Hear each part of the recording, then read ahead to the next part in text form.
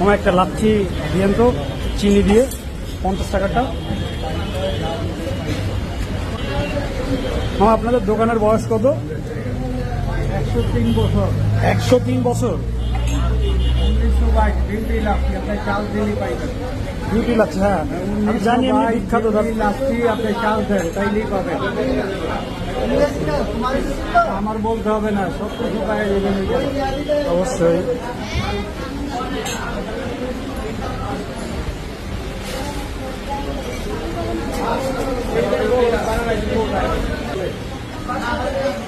কাকা আপনার বইসা বলেন।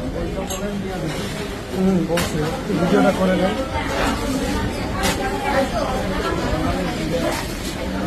হ্যাঁ, ভালো